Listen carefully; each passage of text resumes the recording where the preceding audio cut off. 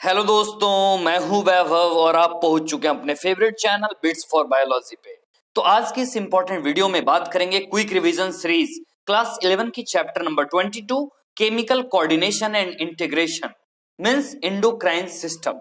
तो इस चैप्टर का हमने क्रैश कोर्स रिवीजन सीरीज देख लिया है, जिसका लिंक मैंने डिस्क्रिप्शन में दे रखा है अगर आपने अभी तक नहीं देखा है तो क्विक रिवीजन सीरीज का मकसद होता है हमें एनसीईआरटी को लाइन बाय लाइन पढ़ना। जो एनसीईआरटी की लाइन बाय लाइन इंपॉर्टेंट चीजें हैं वो मैं आपको बताता चलूंगा। जो पिछले एग्जामों में एनसीईआरटी के लाइनों से क्वेश्चन पूछे जा चुके हैं उनको मैंने रेड से अंडरलाइन किया है, और जो एग्जामों में पूछे जाने की प्रोबेबिलिटी बनती है उसको मैंने येलो लाइन से अंडरलाइन किया है। तो ये हाइलाइटर्स जो मैंने यूज किए हैं काफी इंपॉर्टेंट है। आप भी एनसीईआरटी साथ में लेकर इसको पढ़ेंगे तो काफी इंपॉर्टेंट है, और जो हाईलाइट भी कर सकते हैं अगर आपको हाईलाइट करना है तो ये हमारा सबसे लास्ट चैप्टर है, चैप्टर नंबर 22 क्लास 11 का। तो हम लोग सक्सेसफुली ये कंप्लीट कर लेंगे, इसके बाद हमारा पूरा क्लास 11 कंप्लीट हो जाएगा। फिर इसके बाद मैं क्लास 12 स्टार्ट करूंगा। तो चलिए स्टार्ट करते हैं हमारा chapter chemical coordination and integration. आपने पिछले चैप्टर में पढ़ा होगा जो न्यूरल कोऑर्डिनेशन होता है बहुत ही फास्ट होता है। जो हमारा न्यूरल सिस्टम होता है और जो एंडोक्राइन सिस्टम होता है दोनों आपस में ज्वाइंटली कोऑर्डिनेट कर काम करते हैं, और जितने भी बॉडी के फिजियोलॉजिकल फंक्शन है सबको रेगुलेट करने का वो काम करते हैं। तो हमारे लिए काफी इंपॉर्टेंट हो जाता है ये एंडोक्राइन ग्लैंड भी और न्यूरल सिस्टम भी। तो न्यूरल सिस्टम आप जानते हैं कि रैपिड कोऑर्डिनेशन देता है, और वहीं एंडोक्राइन सिस्टम जो होता है बहुत ही स्लो कोऑर्डिनेशन देगा हमारे बॉडी के डिफरेंट पार्ट से। तो इतनी बातें थी, इसमें यही लाइन इंपॉर्टेंट है। इसके आगे हम बात करें एंडोक्राइन ग्लैंड्स और हार्मोन्स के बारे में। अगर हम फादर ऑफ एंडोक्राइनोलॉजी की बात करें तो वो थॉमस एडिसन होते हैं। एंडोक्राइन ग्लैंड्स हैं क्या? वो डक्टलेस ग्लैंड है। आपसे पूछा जा चुका है, आपसे पूछा जाएगा डक्टलेस ग्लैंड के नाम बताएं, तो वो सब आप बताइएगा जितने भी एंडोक्राइन ग्लैंड्स होते हैं। ठीक है, तो एंडोक्राइन ग्लैंड्स कैसे हैं? Ductless gland. अब जिनके पास डक्ट होती है उसको एक्सोक्राइन ग्लैंड बोलते हैं, जिनमें से एंजाइम वगैरह का सिक्रेशन होता है। तो चलिए पहले तो ये जाने हम कि हार्मोन आखिर होते क्या हैं। हार्मोन्स कैसे हैं? ये नॉन न्यूट्रिएंट केमिकल्स होते हैं मौजूद। पहली चीज, ये इंटरसेलुलर मैसेंजर हैं जो कि बहुत ही ट्रेस अमाउंट्स में ये प्रोड्यूस होते हैं और डायरेक्टली ये ब्लड में पॉर कर दिए जाते हैं, इसलिए इनके पास डक्ट तो होता नहीं। ठीक है, कैसा केमिकल? तो नॉन न्यूट्रिएंट केमिकल। ये क्वेश्चन पूछा जा चुका है, शायद एआईपीएमटी 2013 में पूछा गया, नीट 2013 में यहां से क्वेश्चंस पूछे गए हैं, तो काफी इंपॉर्टेंट है ये। इसके बाद आप जानते हैं जो इन्वर्टेब्रेट्स होते हैं, जो नॉन कॉर्डेट्स होते हैं, उनके पास बहुत ही सिंपल एंडोक्राइन सिस्टम होता है विद फ्यू हार्मोन्स उनके पास मौजूद है। तो ये इंपॉर्टेंट जो चीजें हैं मैं इसमें हाईलाइट कर चुका हूं। इसके आगे नेक्स्ट पेज में आते हैं हम। ये हमारा पेज है 332 ह्यूमन एंडोक्राइन सिस्टम। तो आप इसमें देख रहे हैं ह्यूमन एंडोक्राइन सिस्टम में आपको एक पूरा लोकेशन दिखा रखा है कि कहां पे कौन सा एंडोक्राइन ग्लैंड का लोकेशन है, जैसे कि हाइपोथैलेमस, प्यूटिट्री और पीनियल ग्लैंड। ये तीनों का लोकेशन देख रहे हैं आप, हेड में है, यहाँ ब्रेन में। इसके बाद थायराइड और पैराथायराइड का है यहाँ पर थाइमस है, यहाँ पे ये पैनक्रियाज आप देख रहे हैं, डाइजेस्टिव सिस्टम में भी आप पढ़ते हैं। ये एड्रिनल ग्लैंड है हमारे, दोनों जो ऊपर प्रेजेंट हैं। इसके बाद टेस्टिस और ओवरी को आप देख सकते हैं मेल और फीमेल में रिस्पेक्टिवली। तो ये चीजें हैं। इसके बाद कुछ इंपॉर्टेंट नाम दे रखे हैं जो भी ऑर्गेनाइज्ड एंडोक्राइन ग्लैंड है। जैसे ऑर्गेनाइज्ड और नॉन ऑर्गेनाइज्ड दो होते हैं, जैसे ये सब हमारे नॉन ऑर्गेनाइज्ड एंडोक्राइन ग्लैंड है जो हमारे बॉडी में जो है हार्मोन्स तो प्रोड्यूस करेंगे, लेकिन ये स्कैटर्ड फॉर्म में है, नॉन ऑर्गेनाइज्ड फॉर्म में है, और ये सब चीजें ऑर्गेनाइज्ड फॉर्म में है। तो हम लोग पहले पढ़ेंगे प्यूटिट्री से लेकर जितने भी पैराथायरॉइड, थाइमस वगैरह है, उसके बाद हम जीआई ट्रैक्ट वगैरह के हार्मोन की बात करेंगे। तो सबसे पहले हमारा यह स्टार्ट होता है हाइपोथैलेमस का। हाइपोथैलेमस से जो हार्मोन्स निकलेंगे उनके बारे में हम यहाँ पर बात करने जा रहे हैं। तो सबसे पहले तो ये हमारा इंपॉर्टेंट पार्ट हो जाता है कि लोकेशन कहाँ है हाइपोथैलेमस का। तो हाइपोथैलेमस बेसल पार्ट में होता है, जो वेंट्रल पार्ट होता है डायंसेफ्लॉन का वही मौजूद होता है। डायंसेफ्लॉन किसका पार्ट है? ये फोर ब्रेन का पार्ट होता है, ये सब हम बात कर चुके हैं। इसके बाद इसमें न्यूरोसेक्रेटरी सेल्स पाए जाते हैं जो कि हार्मोन्स का प्रोडक्शन करते हैं, जिनको न्यूक्लियाई बोला जाता है। इनमें से जो हार्मोन्स निकलते हैं वो सिंथेसिस करते हैं, प्यूटिट्री ग्लैंड से जो हार्मोन निकलेंगे उसका सिंथेसिस और सिक्रीशन में उनका काम होगा। जैसे कि एक हार्मोन जो होता है एज ए वो रिलीजिंग हार्मोन भी काम कर सकता है, जैसे कि जीएनआरएच, और एक सोमैटोस्टेटिन होता है वो उसको इनहिबिट करने का काम करेगा ग्रोथ हार्मोन का। तो एक दूसरे का इनहिबिटरी और रिलीजिंग हार्मोन के तौर पे भी काम करता है। तो लाइन पूछा गया है, इंपॉर्टेंट है। इसके बाद जो हार्मोन्स निकलते हैं, जो प्यूटिट्री ग्लैंड के निकलते हैं, तो कैसे निकल रहे हैं, कहां पर कौन सा चीज होता है, तो उसमें सबसे खास चीज जो होती है वो पोर्टल सर्कुलेटरी सिस्टम। यही चीज एग्जामों में पूछी जाती है, पूछी भी गई है, वो पाइप किससे आता है, तो एम्स में पूछा गया है। तो पोर्टल सर्कुलेटरी सिस्टम से। ये सबसे जबरदस्त लाइन है एनसीईआरटी की। जो पोस्टीरियर पिट्यूटरी होते हैं जिनको न्यूरो हाइपोफाइसिस बोला जाता है, क्या ये डायरेक्ट कंट्रोल में होते हैं? तो बिल्कुल हाँ, इनका डायरेक्ट न्यूरल रेगुलेशन होता है हाइपोथैलेमस के साथ। तो ये तो पोस्टीरियर पिट्यूटरी आप देख रहे थे। इसके बाद एक एंटीरियर पिट्यूटरी होता है जिसको एडेनो हाइपोफाइसिस बोलते हैं, जो कि रेगुलेटेड है हाइपोथैलेमो हाइपोफाइजियल पोर्टल सिस्टम एक होता है, उससे ही वो रेगुलेटेड होता है। यहां समझ चुके हैं आप, जो रेड हाइलाइटर से क्वेश्चन आ चुके हैं, तो ध्यान रखिएगा इसके। इसके बाद यही हम बात कर रहे थे अभी पोर्टल सर्कुलेशन की, ये वाला जो डायग्राम है यहाँ पे इसकी। अब प्यूटिटरी ग्लैंड की हम बात करें, प्यूटिटरी ग्लैंड का सबसे पहले अगर लोकेशन देखें तो ये सेला टर्शिका में मौजूद होता है। सेला टर्शिका आपको याद होगा स्फेनॉइड बोन में ये चीजें मौजूद होती है, क्रैश कोर्स में मैंने आपको बता रखा है। इसके जो अटैचमेंट होगी एक स्टॉक को बोलते हैं इनफंडिबुलम। अब यहाँ दो पार्ट हैं, एक तो एडेनो हाइपोफाइसिस, एक न्यूरो हाइपोफाइसिस। मैंने आपको बता रखा है एडेनो तो एंटीरियर पिट्यूटरी, पोस्टीरियर पिट्यूटरी का न्यूरो हाइपोफाइसिस है, ठीक है। अब जो एडेनो हाइपोफाइसिस है वो दो पार्ट में बांटे जा चुके हैं, एक तो पार्स डिस्टालिस में और एक पार्स इंटरमीडिया में। और पार्स डिस्टालिस से जो हार्मोन का सिक्रेशन होगा, चलिए उसको देखते हैं। एक तो हार्मोन है जो ग्रोथ हार्मोन है, नेक्स्ट पीआरएल प्रोलैक्टिन जिसे बोला जाता है, नेक्स्ट है टीएसएच जिसको thyroid stimulating hormone, ACTH adrenocorticotrophic hormone, फिर है एलएच है ल्यूटिनाइजिंग हार्मोन। इसके बाद पार्स इंटरमीडिया से मेलानोसाइट रिलीज होते हैं, ये भी हमारा खास है, एमएसएच होता है ये। इसके बाद जो पार्स इंटरमीडिया हो गए, तो पार्स इंटरमीडिया जनरली ऑलमोस्ट मर्ज होता है पार्स डिस्टालिस से, ये चीजें आपको याद रखनी है, ह्यूमंस में ये चीजें मर्ज होती हैं। अब आगे देखिए, अब न्यूरो हाइपोफाइसिस है जिसको पोस्टीरियर पिट्यूटरी बोला जा रहा है, पार्स नर्वोसा का वो पार्ट है, उससे जो चीजें रिलीज होंगी उनमें से दो खास हैं, एक तो ऑक्सीटोसिन और वैसोप्रेसिन, होते भी दो ही रिलीज हैं, तो ये पार्स नर्वोसा रीजन का है, काफी इंपॉर्टेंट है, दो हार्मोन। इसके बाद आगे की ओर हम बढ़ते हैं। अगर देखिए ओवर सिक्रेशन हो रहा है जीएच का, तो गिगेंटिज्म का केस मिलेगा आपको चाइल्ड में देखने का। अगर लो सिक्रेशन हो रहा है तो डॉर्फिज्म का केस आपको देखने को मिलेगा। इसके आगे अगर एडल्ट्स में एक्रोमेगेली का केस देखा गया है, मिडिल एज में ये हो जाता है, प्रीमैच्योर डेथ भी हो जाती है इसमें, बिल्कुल फिगर जो है डिसफिगर हो जाता है, फेशियल बोन वगैरह फोरलिम्स में बहुत ही ज्यादा इंक्रीज हो जाता है, वहां पे ग्रोथ हो जाता है। तो एडल्ट में जो ग्रोथ होता है, जनरली एडल्ट में क्यों नहीं ग्रोथ होता 22 साल के बाद? क्योंकि जो एपिफाइजियल प्लेट्स होते हैं वो क्लोज हो जाते हैं एडोलेसेंस के बाद। यही क्वेश्चन पूछा गया था नीट 2017 में, 2017 या 18 में क्वेश्चंस आए हैं यहाँ से, तो काफी इंपॉर्टेंट है। अब चलिए सब हार्मोन के फंक्शन देखते चलते हैं। पहला है प्रोलैक्टिन, तो प्रोलैक्टिन का काम है मेमोरी ग्लैंड का ग्रोथ करना और उनमें मिल्क का फॉर्मेशन करना। इसके बाद आते हैं हम टीएसएच में, तो टीएसएच भी हमारे लिए काफी इंपॉर्टेंट है, यह स्टिमुलेट करेगा जो भी सिक्रीशन है थायराइड हार्मोन्स का उसको। उसके बाद एसीटीएच की बात करते हैं, जो एसीटीएच होता है जिसको एड्रेनल कॉर्टेक्स से जो कि निकलता है, तो उसमें काम करेगा जनरली जो एड्रेनल कॉर्टिकल हार्मोन्स होते हैं जैसे ग्लूकोकॉर्टिकॉइड्स वगैरह वहां पे काम करते हैं। नेक्स्ट है गोनाडोट्रोफिन्स, तो जो गोनाडोट्रोफिन्स होते हैं मेनली ये हेल्प करते हैं एलएच और एफएसएच के तौर पे। जो एलएच होते हैं तो एंड्रोजन टेस्टिस से ये निकलता है, ये ओव्यूलेशन को भी इंड्यूस करने का काम करते हैं जनरली। इसके बाद हम बात करते हैं एफएसएच की, जो एफएसएच होता है जनरली ग्राफियन फॉलिकल्स को डेवलपमेंट के लिए और ग्रोथ के लिए इनका हेल्प होता है। तो यहाँ पर हम सारी बात कर चुके हैं जो एग्जामों में पूछे जा सकते हैं। इसके बाद ये भी काफी आपका इंपॉर्टेंट पॉइंट है। इसके बाद हम देखेंगे एमएसएच के बारे में, ये भी इंपॉर्टेंट खास है, यह स्किन को पिगमेंटेशन को कंट्रोल करने का काम करता है, बस इतना सारा काम है। इसके बाद ऑक्सीटोसिन का काम हम देखें, ऑक्सीटोसिन क्या करेगा, यूट्रस को कॉन्ट्रैक्ट करने में ये मदद करेगा और दूसरी चीज मिल्क इजेक्शन में ये चीजें मदद करती हैं। इसके बाद बारी आती है वैसोप्रेसिन की, एडीएच इसको बोलते हैं, हम इसकी बात कर चुके हैं एक्सक्रीटरी सिस्टम में भी। ऐसे ये वाटर रीअब्जॉर्प्शन को ज्यादा से ज्यादा बढ़ावा देता है डिस्टल कॉन्वोल्यूटेड ट्यूबल्स से। इसके बाद जो एडीएच हार्मोन भी इसको बोला जाता है वैसोप्रेसिन को ही। ये दोनों काफी इंपॉर्टेंट चीजें हैं। अगर एडीएच को अफेक्ट हो गया है, जो सिंथेसिस उसका अफेक्ट हो गया है, तो डायबिटीज इंसिपिडस के केस देखे गए हैं। तो डायबिटीज इंसिपिडस में टॉयलेट बहुत ज्यादा से ज्यादा आता है क्योंकि बॉडी से ज्यादा वाटर लॉस हो जाता है, इसलिए ये चीजें होती हैं। तो ये भी हमारे लिए काफी इंपॉर्टेंट हो जाता है डायबिटीज इंसिपिडस। टेस्ट जो है टेस्टलेस यूरिन इसको बोलते हैं, ड्रिंकर्स डिजीज जनरली होते हैं, जो भी ड्रिंक करते हैं उन्हें ये चीजें होती हैं जनरली। लो बीपी वगैरह के कंडीशन इसमें ही तो होते हैं, डिहाइड्रेशन वगैरह के। अब नेक्स्ट बारी आती है पीनियल ग्लैंड के बारे में। ये भी हमारा काफी खास पार्ट है।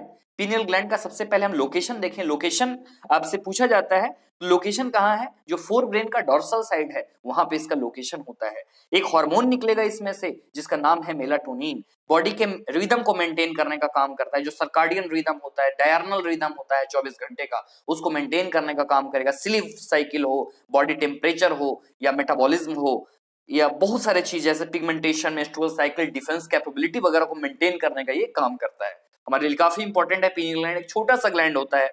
इसके बाद हम बात करेंगे थायराइड ग्लैंड की। आपका थायराइड ग्लैंड का वेंट्रल और डोर्सल साइड का फोटो दे रखा है इसमें, और इसमें पैराथायराइड भी 4 दिखा रखे हैं। तो पहले हम देखेंगे थायराइड ग्लैंड के बारे में। थायराइड ग्लैंड का लोकेशन अगर हम बात करें तो जो ट्रैकिया होते हैं, तो ट्रैकिया के दोनों साइड पे ये प्रेजेंट होते हैं। जनरली जो ट्रैकिया और लैरिंक्स का जो जंक्शन होता है वहां पे ये चीजें मौजूद होती हैं। सबसे लार्जेस्ट एंडोक्राइन ग्लैंड है हमारे बॉडी का। बाइलोब्ड ग्लैंड होते हैं ये बिल्कुल। इनमें जो कनेक्शन होता है इस्थमस, जो कि लोब को कनेक्ट करने का काम करता है, एक थीन फ्लैप कनेक्टेड टिश्यू होता है। हर एक लोब बने हुए होते हैं किससे? फॉलिकल से और स्ट्रोमल टिश्यूज से। जो फॉलिकुलर सेल्स होंगे फॉलिकल में, उनसे रिलीज होगा T3 और T4 हार्मोन रिलीज होता है उसमें। जो T3 है तो ट्राईआइड्रोथायरोनिन, और T4 जो है थायरोक्सिन, जिसको टेट्राआइड्रोथायरोनिन बोलते हैं। इसके बाद दो कंडीशन इसमें देखे जा सकते हैं, चाहे तो हाइपोसेक्रेशन की और एक हाइपरथायरॉयडिज्म की। ये दो कंडीशन काफी इंपॉर्टेंट हैं जो पूछे जाते रहे हैं, दोनों इंपॉर्टेंट है। तो चलिए देखते हैं किन में क्या हो रहा है प्रॉब्लम। तो सबसे पहले जो हम बात करेंगे वो हाइपोथायरॉयडिज्म की बात करेंगे। मींस हार्मोन, जो थायराइड हार्मोन है, अगर उनका हाइपोसिक्रेशन हो रहा है, तो अगर चाइल्डहुड का अगर केस है तो उनमें क्रेटिनिज्म देखा जाता है। पूछा गया आपसे क्वेश्चन, जो प्रेगनेंसी के केसेस होते हैं तो उनमें जो बच्चे पैदा लेते हैं वो डेवलपमेंट और मैचुरेशन में उनका प्रॉब्लम हो जाता है। चिल्ड्रन क्रेटिन पैदा होते हैं, मेंटली रिटार्ड होते हैं, बिल्कुल लो आईक्यू होता है उनका, एबनॉर्मल स्किन होता है। तो ये सब चीजों से बच्चे पीड़ित होते हैं, डिफ म्यूटेज्म, बड़े हो जाते हैं लगभग बच्चे।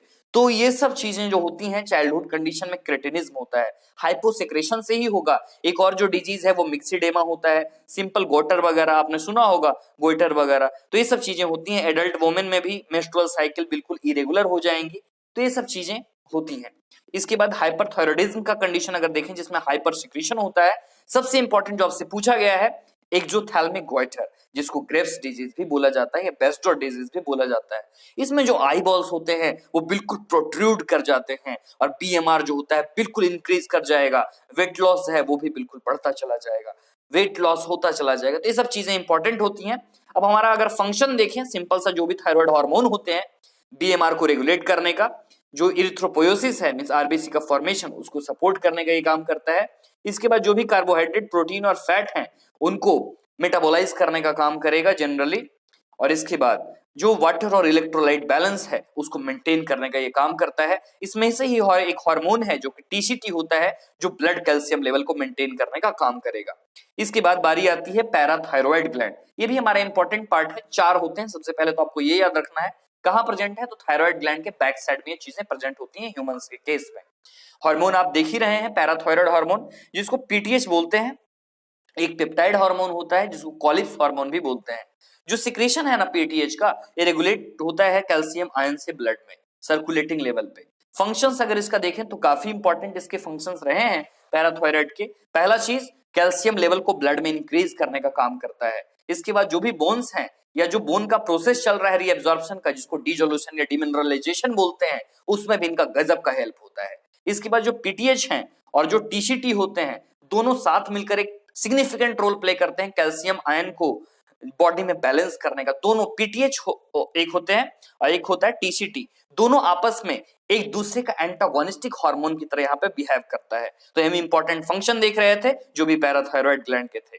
अब बारी आती है थाइमस के बारे में। जो थाइमस होता है बड़ा ही इंपॉर्टेंट सा ग्लैंड है, एक छोटा सा ग्लैंड होता है जो कि हमारे हार्ट के डोर्सल साइड पे ये प्रेजेंट होता है। जो ब्रेस्ट बोन आप देख रहे हैं ना, तो ब्रेस्ट बोन के जस्ट नीचे ये प्रेजेंट होता है। अगर हम हार्मोन की बात करें, जो हार्मोन रिलीज होते हैं इसमें से थाइमोसिन, आप पढ़े होंगे पेप्टाइड हार्मोन होता है ये बिल्कुल। अगर इस हार्मोन का फंक्शन देखें तो जो भी इम्यून सिस्टम है, तो इम्यून सिस्टम को जनरली डेवलपमेंट में ही मदद करता है। और जो टी लिम्फोसाइट्स होते हैं, तो टी लिम्फोसाइट्स का डिफरेंशिएशन यही होता है। कहते हैं टी लिम्फोसाइट्स का ट्रेनिंग स्कूल होता है ये थाइमस ग्लैंड। तो टी लिम्फोसाइट एक प्रोवाइड करता है सेल मेडिएटेड इम्यूनिटी, आप पढ़ते हैं इसको ह्यूमन हेल्थ एंड डिजीज में, तभी तो इसको थ्रोन ऑफ इम्यूनिटी बोलते हैं। और भी ह्यूमरल इम्यूनिटी को प्रोवाइड करने में भी बड़ा ही काम होता है, एंटीबॉडी का प्रोडक्शन करने में काम होता है। जैसे जैसे एज बढ़ता चला जाएगा वैसे वैसे थाइमस भी डिजेनरेट करता चला जाता है, लेकिन थाइमस आपको याद रखना है कभी डिजेनरेट कंप्लीटली नहीं करता, नेवर डिजेनरेट्स कंप्लीटली थाइमस, सबसे इंपॉर्टेंट लाइन इसकी यही है। इसके बाद प्यूबर्टी में तो बहुत स्मॉल साइज के हो जाते हैं और ओल्ड पर्सन काफी कमजोर हो जाते हैं इसी के कारण, क्योंकि उनमें थाइमस डिजेनरेट कर रहा होता है। इनमें से अगर हाइपोसेक्रेशन हो गया है थाइमोसिन का तो माइस्थेनिया ग्रेविस होगा, हम इसकी बात कर चुके हैं। इसके बाद हम आगे की ओर बढ़ते हैं, एड्रेनल ग्लैंड की ओर हम बढ़े। काफी इंपॉर्टेंट ग्लैंड है हमारा, इसमें दो रीजन होते हैं, ये तो आप जानते हैं कहाँ होता है, जो एंटीरियर पार्ट है हमारा किडनी का वहीं पे ये मौजूद होता है हर एक किडनी में। इसमें से ट्रिपल एफ ग्लैंड इसको बोलते हैं, हम आगे देखते हैं। इसके दो पार्ट हैं, एक तो एड्रेनल मेडुला और एक एड्रेनल कॉर्टेक्स। जो एड्रेनल कॉर्टेक्स होता है जो कि आउटर पार्ट होता है, लगभग 80 से 90% ये पार्ट को ऑक्युपाई करने का काम करता है। और जो होता है मेडुला, जो इनर पार्ट होता है, जो लगभग 10 से 20% पार्ट को ऑक्युपाई करने का काम करता है। तो मेडुला जो है एक्टोडर्मल ओरिजिन है और जो कॉर्टेक्स है वो मेसोडर्मल ओरिजिन का होता है, ये दोनों पॉइंट आप याद रखेंगे। इसके बाद हम एक डिजीज की बात कर रहे हैं जिसका नाम है आपका एडिसन्स डिजीज। एडिसन्स डिजीज क्या होता है, एक एड्रेनल हार्मोन डिसऑर्डर है, हाइपोसिक्रेशन से होता है एड्रेनल हार्मोन के, जिसको हाइपोएड्रेनलिज्म बोलते हैं। इसमें चीजें क्या होती हैं, बॉडी में डिहाइड्रेशन हो जाता है, सबसे खास चीज इसकी यही है, डिहाइड्रेशन के बाद blood pressure, BMR, body temperature सारे कम हो जाते हैं बिल्कुल। अब ऐसा होगा तो वाटर का एक्सक्रीशन और सोडियम आयन बिल्कुल इंक्रीज हो जाते हैं, तो काफी जो होते हैं लोग वो काफी कमजोर हो जाते हैं इसमें। तो ये सब चीजें हैं एडिसन्स डिजीज के बारे में थी, तो काफी इंपॉर्टेंट है, इसको आप याद रखिएगा।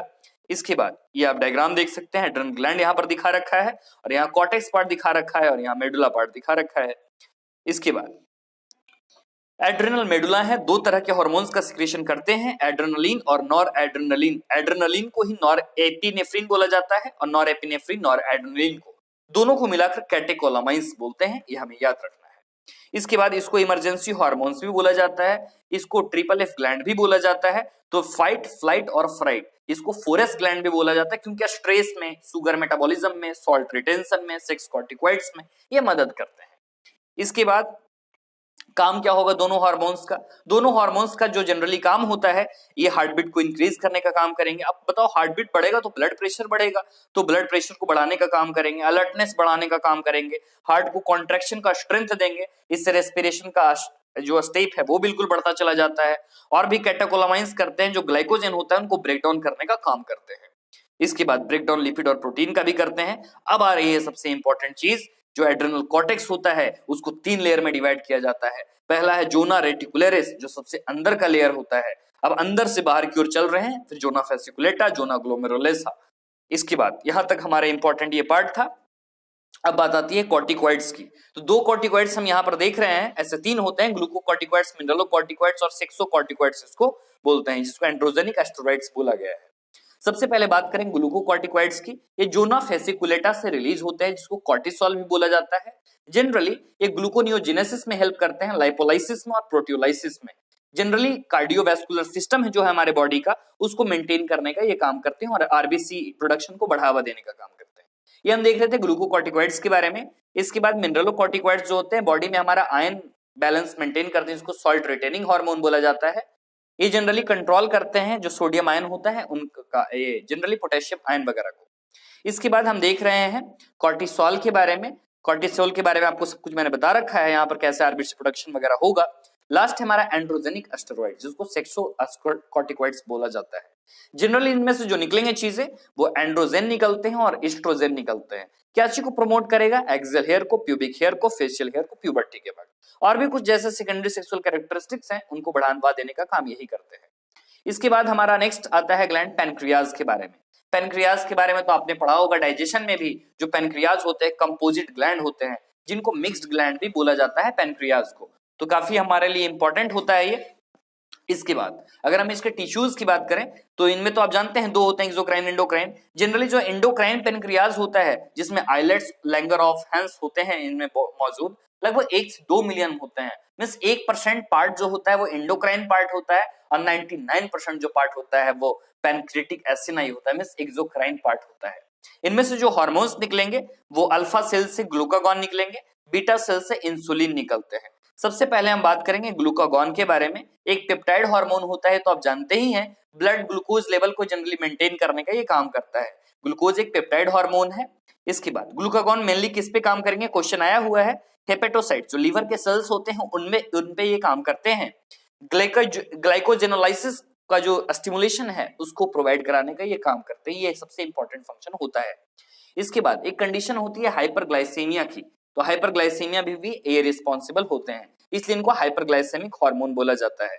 इंसुलिन एक पेप्टाइड हार्मोन है जो कि एक्ट करेगा वही हेपेटोसाइट्स पे जो कि लीवर सेल्स होते हैं, और एडिपोसाइट्स आपने पढ़ा होगा एडिपोज टिश्यू के जो सेल्स होते हैं।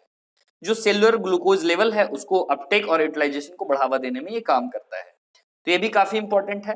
अगर इसका ब्लड ग्लूकोज लेवल में डिक्रीज कर गया इंसुलिन तो that condition is known as hypoglycemia. तो कन्वर्जन जो है ग्लाइकोजेनेसिस टारगेट सेल्स में ये होते हैं। इंसुलिन और ग्लूकागॉन बहुत ही काफी इंपॉर्टेंट यहाँ पे पार्ट है।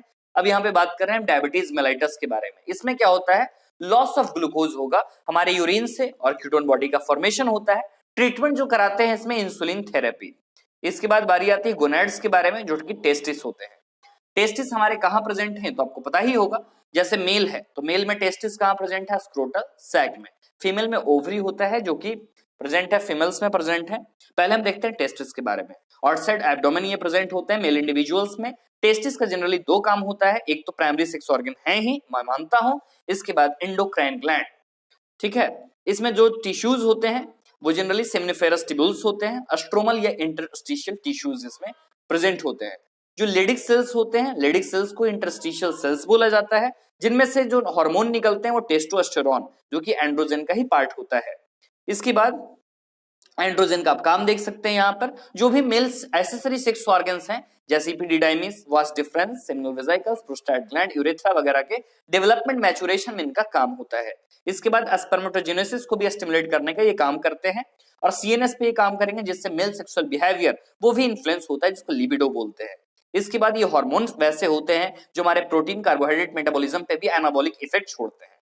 इसके बाद हम बारी आती है ओवरी के बारे में। ओवरी क्या होते हैं, ओवरी में दो पार्ट यहाँ जनरली हम पढ़ते हैं, एक तो कॉर्पस ल्यूटियम के बारे में और उससे ही सिक्रेट होगा। दो चीजें हम यहाँ प्रोजेस्टेरोन के बारे में पढ़ेंगे और ईस्ट्रोजन के बारे में पढ़ेंगे, दोनों अलग अलग स्टेरॉइड हार्मोन होते हैं, हम लोग जानते हैं इसके बारे में। ओवरियन फॉलिकल्स और स्ट्रोमल टिश्यूज से बने हुए होते हैं। कॉर्पस ल्यूटियम से प्रोजेस्टेरोन, बहुत ही फेमस क्वेश्चन रही है नीट की पिछले सालों में। कॉर्पस ल्यूटियम से क्या सिक्रेट होता है, प्रोजेस्टेरोन। प्रोजेस्टेरोन सिक्रेट कहां से होता है, कॉर्पस ल्यूटियम। इसके बाद हम ईस्ट्रोजन की बात करें तो जो भी मेमोरी ग्लैंड है उसके डेवलपमेंट में काम होता है। सेकेंडरी सेक्सुअल बिहेवियर हो, सेकेंडरी सेक्स ऑर्गन्स के डेवलपमेंट वगैरह में ये काम होता है। अगर हाई पिच वॉइस वगैरह को डेवलप करने का, फेमिनिन वॉइस को डेवलप करने का काम होता है। तो ये सब काम रहे हैं ईस्ट्रोजन के। अब बात आती है प्रेगनेंसी कौन हार्मोन होता है, तो प्रोजेस्टेरोन होता है प्रेगनेंसी हार्मोन। काफी इंपॉर्टेंट है। और भी काम है प्रोजेस्टेरोन का, जो भी फॉर्मेशन है एल्वेओलाई का, एल्वेओलाई कहां, मेमोरी ग्लैंड का बात चल रहा है यहाँ पे, तो मिल्क सिक्रेशन में भी ये मदद करता है। इसके बाद कुछ बारी आती है वैसे हार्मोन्स जो हार्ट, किडनी और जीआईटी ट्रैक्ट से सीक्रेट होते हैं, तो ये भी हमारे लिए काफी इंपॉर्टेंट है। मींस इसको बोल सकते हैं हार्मोन्स जो नॉन एंडोक्राइन टिश्यूज के हैं। जैसा कि पहला जो हार्मोन है वो हार्ट के बारे में हम बात करें, जो हार्ट से निकलता है। तो जो हार्ट का एट्रियल वॉल है ना, तो वहां से एक इंपॉर्टेंट पेप्टाइड हार्मोन निकलता है जिसका नाम है एएनएफ, एट्रियल नाइट्रोयूरेटिक फैक्टर। बहुत ही फेमस क्वेश्चन रहा है नीट का। इनमें करेंगे क्या, ये ब्लड वेसल्स को डायलेट करने का काम करेंगे। अब जब ब्लड वेसल डायलेट हो चुका है तो ब्लड प्रेशर क्या होगा, बिल्कुल डिक्रीज हो जाएगा। ये क्वेश्चन बहुत बार पूछा गया है। इसके बाद जो जेजीएस सेल होते हैं, जस्टाग्लोमेरुलर सेल्स होते हैं जो किडनी के, तो उनमें से निकलेगा इरिथ्रोपोएटिन और रेनिन। तो इरिथ्रोपोएटिन आप याद रखेंगे, यहाँ पे पेप्टाइड हार्मोन रेनिन का हम जिक्र कर चुके हैं पिछले चैप्टर में। इनका काम क्या है कि इंक्रीज कर देगा रीअब्जॉर्प्शन वाटर और सोडियम आयन का यूरिनिफेरस ट्यूब्यूल में। इसके बाद जो जीआईटी से निकलते हैं हार्मोन, चार हार्मोन की बात करेंगे। पहला है गैस्ट्रीन, देन सेक्रेटिन, सीसीके और जीआईपी। पहला हार्मोन है गैस्ट्रीन। गैस्ट्रीन जनरली सिक्रेशन करेंगे एचसीएल का और पेप्सिनोजेन का सिक्रेशन करेंगे। इसके बाद जो सेक्रेटिन होते हैं वाटर और बाइकार्बोनेट आयन को सिक्रेट करने का काम करेंगे। इसके बाद जो कोलेसाइस्टोकाइनिन होता है जिसको सीसीके बोलते हैं, वो पैनक्रियाज और गॉल ब्लैडर पे काम करेंगे, जिससे पैनक्रियाज से सिक्रेट होगा पैनक्रेटिक एंजाइम और गॉल ब्लैडर से बाइल जूस। जो जीआईपी होते हैं गैस्ट्रोइंटेस्टिनल पेप्टाइड, उनसे गैस्ट्रिक सिक्रेशन और मोटिलिटी में वो काम करते हैं। इसके अलावा कुछ ग्रोथ फैक्टर्स भी मौजूद होते हैं, तो ये भी ग्रोथ फैक्टर जो स्टिमुलेट करेंगे ग्रोथ को, कोई भी रिपेयरिंग वगैरह चल रही हो तो उसमें ये काम करते हैं। इसके बाद बारी आती है मैकेनिज्म ऑफ हार्मोन एक्शन, जैसे कोई भी हार्मोन है उसका एक्शन कैसे चलता है, कैसे वो काम करता है, इसके बारे में हम पढ़ेंगे इसमें। तो सबसे पहले कोई भी हार्मोन है अपने टारगेट टिश्यू पे ही काम करते हैं, वहां हार्मोन रिसेप्टर जाकर बाइंड कर जाता है उस टिश्यू पे, क्योंकि हार्मोन्स हमेशा हमारे ब्लड में मौजूद होते हैं। इसके बाद कुछ न्यूक्लियर रिसेप्टर्स भी होते हैं जो न्यूक्लियस में प्रेजेंट होते हैं। हार्मोन रिसेप्टर कॉम्प्लेक्स का फॉर्मेशन होता है जाकर। यहाँ पर कुछ आपके इंपॉर्टेंट हार्मोन्स दे रखे हैं, जो कि कैसा नेचर का कौन सा हार्मोन है, बड़े ही इंपॉर्टेंट क्वेश्चन है। शायद इस बार भी मैं यहाँ गेस कर रहा हूँ, शायद इस बार इससे क्वेश्चन पूछा जाए इस वाले पार्ट से, नहीं तो कहीं ना कहीं कोई डिजीज से क्वेश्चन जरूर पूछी जाएगी, चाहे ग्रेव डिजीज हो, मिक्सिडेमा वगैरह हो, कहीं ना कहीं से क्वेश्चन इस बार जरूर पूछे जाएंगे। चलिए देखते हैं हम अपने पेप्टाइड हार्मोन को, जो पॉलीपेप्टाइड नेचर के होते हैं, जो प्रोटीन हार्मोन के होते हैं। एग्जाम्पल यहाँ देख रहे हैं आप, इंसुलिन, ग्लूकागॉन, पिट्यूटरी हार्मोन और हाइपोथैलेमिक हार्मोन। इसके बाद एस्टेरॉयड हार्मोन की बात करें, जैसे कॉर्टिसोल, टेस्टोस्टेरोन पूछा गया है। इसके अलावा एस्ट्राडायोल, प्रोजेस्टेरोन पूछा जा सकता है। आइडोथायरोनिन्स के एग्जांपल हैं थायराइड हार्मोन्स। इसके अलावा अमीनो एसिड डेरिवेटिव्स के एपिनेफ्रिन। इसके बाद जो मेम्ब्रेन बाउंड रिसेप्टर्स होते हैं वहां पर एक सेकेंडरी मैसेंजर्स आपसे पूछे जाते हैं, बहुत पहले पूछा गया है यहाँ से क्वेश्चन। एग्जांपल है साइक्लिक एएमपी, IP3 और कैल्शियम आयन। ठीक है, इंट्रासेलुलर रिसेप्टर्स जैसे एस्टेरॉयड हार्मोन्स हैं, आइडोथायरोनिन है। आप यहाँ डायग्राम देख सकते हैं, ये बिल्कुल डायग्राम ऊपर का आप जो पार्ट देख रहे हैं प्रोटीन हार्मोन्स होते हैं, जो कि वाटर सोल्यूबल हार्मोन होते हैं। यहाँ पर हार्मोन का एग्जांपल एफएसएच दे रखा है, यहाँ रिसेप्टर मौजूद है, रिस्पॉन्स आया, यहाँ जनरेट हुआ सेकेंडरी मैसेंजर, एग्जांपल याद रखेंगे आप। इसके बाद बायोकेमिकल रिस्पॉन्स देगा, देन फिजियोलॉजिकल रिस्पॉन्स होगा, जैसे ओवरियन ग्रोथ, एफएसएच है तो फॉलिकल स्टिमुलेटिंग हार्मोन। इसके बाद बारी है एस्टेरॉयड हार्मोन की, ये आप देख रहे हैं एस्टेरॉयड हार्मोन यहाँ पे। तो एस्टेरॉयड हार्मोन क्या है, ये लिपिड सोल्यूबल हार्मोन होता है, तो हार्मोन अंदर इंटर कर गया, अब ये बात चल रही है अंदर की, फिजियोलॉजिकल रिस्पॉन्स यहाँ पे चल रहा है। हार्मोन रिसेप्टर कॉम्प्लेक्स की हमने बात किया था, तो यही वो बना है जाकर। अगर दोनों में हम डिफरेंस देखें तो ज्यादा डिफरेंस, बहुत अच्छा डिफरेंस जो अगर देखें हम, तो ये चीजें जो चल रही हैं प्रोटीन हार्मोन, दोनों का मैं बता रहा हूं आपको। जैसे एक तरफ मैं डिवाइड कर रहा हूं प्रोटीन हार्मोन को और एक तरफ एस्टेरॉयड हार्मोन को। जो प्रोटीन हार्मोन होते हैं ये वाटर सोल्यूबल हार्मोन है, एस्टेरॉयड वाले लिपिड सोल्यूबल हार्मोन होते हैं। प्रोटीन हार्मोन मेम्ब्रेन लेवल पे काम करेंगे और ये करेंगे जीन लेवल पे। ये करेंगे फास्ट एक्शन होगा और इनका बेहद स्लो एक्शन होता है। ये लंबे ड्यूरेशन तक चलते, शॉर्ट ड्यूरेशन तक चलेंगे प्रोटीन हार्मोन और ये लॉन्ग ड्यूरेशन तक चलेंगे एस्टेरॉयड हार्मोन। ये जनरली फ्री फॉर्म में होते हैं ब्लड में प्रोटीन हार्मोन, और ये बाइंडेड फॉर्म में होते हैं ब्लड में। इसके बाद जो रेगुलेट करेंगे सेलुलर मेटाबॉलिज्म को और ये करेंगे जीन एक्सप्रेशन को या क्रोमोसोम के फंक्शन को रेगुलेट करने का यहाँ पे काम चलता है। तो ये हम देख रहे थे केमिकल कोऑर्डिनेशन एंड इंटीग्रेशन के जो थ्योरेटिकल पार्ट थी चैप्टर की, आप एक बार समरी पढ़ लेंगे और इसके बाद जो चैप्टर है उसकी भी मैं जो इंपॉर्टेंट क्वेश्चन है उसको मैं डील करता चलूंगा। पहला आप देख रहे हैं यहाँ पर fill in the blanks, question number 4। जो ऑब्जेक्टिव टाइप के क्वेश्चन है वो मैं यहाँ बता रहा हूँ। पहला है, इधर हार्मोन्स का नाम दे रखा है और इधर टारगेट ग्लैंड के आपको नाम लिखने हैं। सबसे पहला आप खुद ही बताओ, चैप्टर कंप्लीट हो चुका है। हाइपोथैलेमिक हार्मोन्स, नाम बताओ, पिट्यूटरी ग्लैंड है, बिल्कुल सही। नेक्स्ट है थायरोट्रोफिन, जिसको TSH बोला जाता है, कहां से टारगेट ग्लैंड है, थायराइड ग्लैंड है। कॉर्टिकोट्रोफिन है, टारगेट ग्लैंड क्या है, एड्रिनल कॉर्टेक्स है। LH और FSH के लिए टेस्टिस और ओवरी, बिल्कुल सही। नेक्स्ट है लास्ट MSH, मेलेनोट्रोफिन, तो क्या है, मेलेनोसाइट। तो ये हमारा इंपॉर्टेंट यहाँ पे पार्ट था। इसके बाद हम अगली पार्ट की बात करें, इनमें से आपको एग्जाम्पल देने हैं, गिव एग्जांपल्स ऑफ। पहला है हाइपरग्लाइसेमिक हार्मोन, ग्लूकागॉन होता है। Hypoglycemic, insulin. Hypercalcemic hormone, PTH होता है, पैराथायरॉयड हार्मोन। इसके बाद गोनेडोट्रोफिक हार्मोन के एग्जांपल आप खुद ही बताओ, LH और FSH। इसके बाद प्रोजेस्टेरोन हार्मोन, एग्जांपल तो नाम से ही पता लग रहा है, प्रोजेस्टेरोन या SCG भी हो सकता है। ये दोनों को एंटी अबॉर्शन हार्मोन बोला जाता है। इसके बाद blood pressure lowering hormone, noradrenaline होता है। इसके बाद एंड्रोजन, टेस्टोस्टेरोन, एस्ट्रोजन, एस्ट्राडायोल जिक्र आया है। इसके बाद हम बात करें मैच द फॉलोइंग के बारे में, तो ये भी बड़ा ही सिंपल है, अब खुद ही इसको मैच करके बताओ। जैसे T4 है, थायराइड से मैच कर दूं, बिल्कुल। PTH है तो नाम से ही पता चल रहा है, पैराथायरॉयड से करना है। GnRH है तो हाइपोथैलेमस से करना है। LH है तो पिट्यूटरी से करना है। तो सिंपल सी बातें थी, पिट्यूटरी से जो भी हार्मोन निकले थे वहां इनका जिक्र हुआ है। तो एक और क्वेश्चन छूट गया, क्वेश्चन नंबर 7।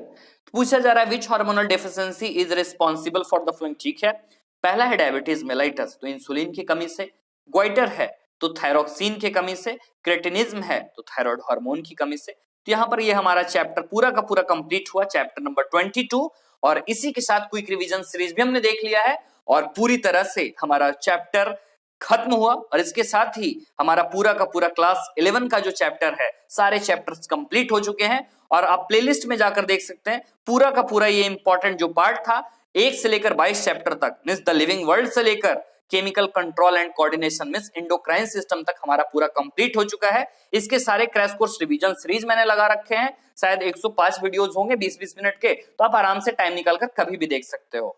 15-20 मिनट का सारे वीडियो है, कोई कोई वीडियो 10 मिनट का भी है, कोई कोई वीडियो 30 मिनट का भी है। मैक्सिमम विद इन आपको कुछ घंटों में ही ये पूरा का चैप्टर कंप्लीट हो जाएगा। अगर हर एक चैप्टर पर आप 1 घंटे भी देते हो ना, तो पूरा का पूरा चैप्टर 22 से 25 घंटे में 3 से 4 दिनों में आराम से खत्म हो जाएगा अगर आप देखते हैं अच्छे से तो। अब बिल्कुल एग्जाम के पहले तो देखना ही चाहिए, क्योंकि कोई भी चैप्टर विद इन 1 घंटे में कंप्लीट कर ले रहे हो, जो चीज इंपॉर्टेंट है मैं उसको आपको बताता चल रहा हूं, क्योंकि एग्जाम में वही चीजें स्ट्राइक करती हैं। एक्स्ट्रा तो बहुत पढ़ लेंगे आप, लेकिन एक्स्ट्रा चीज एग्जाम में थोड़ी ही पूछी जाती हैं। आपको मैं बहुत बता दूंगा कि ये होते हैं, ये नॉन स्पेसिफिक होते हैं, नॉन एंटीजेनिक होते हैं हार्मोन वगैरह, तो पूछा जब जाएगा ही नहीं तो फायदा क्या है। इसके अलावा बहुत सारी चीजें थी जो एक्स्ट्रा भी थी एनसीईआरटी से, उसको भी मैंने बता रखा है। तो इसके बाद हम स्टार्ट करेंगे क्लास 12 का चैप्टर, तो वो भी काफी इंपॉर्टेंट होगा। तो उसमें 16 चैप्टर होंगे पूरे, तो वो भी मैं आपका नीट एग्जाम के पहले पूरा कंप्लीट हो जाएगा। तो इस तरह बिट्स फॉर बायोलॉजी पे आपका इस तरह सपोर्ट मिल रहा है बहुत, तो बहुत बहुत शुक्रिया इसके लिए। Thanks for watching this video, have a nice day.